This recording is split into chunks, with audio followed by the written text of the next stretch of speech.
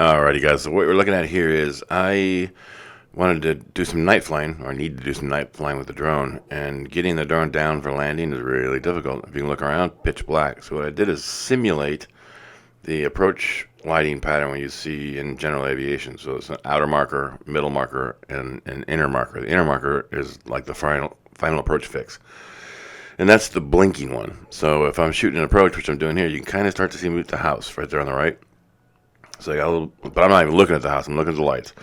Lights are lined up in a linear kind of base pattern, and now on the left you can see the white there. That's the upstairs to the barn. And what I'm trying to practice doing is launching and recovering the drone through an access door on the second floor, in the hayloft above the barn.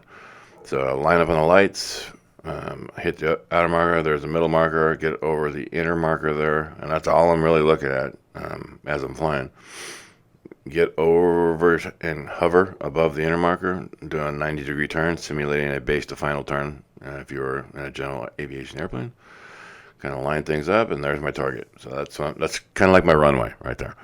And again, it's almost like an aircraft carrier, because that runway is about, I don't know, 15, 20 feet off the ground, because it's one floor up.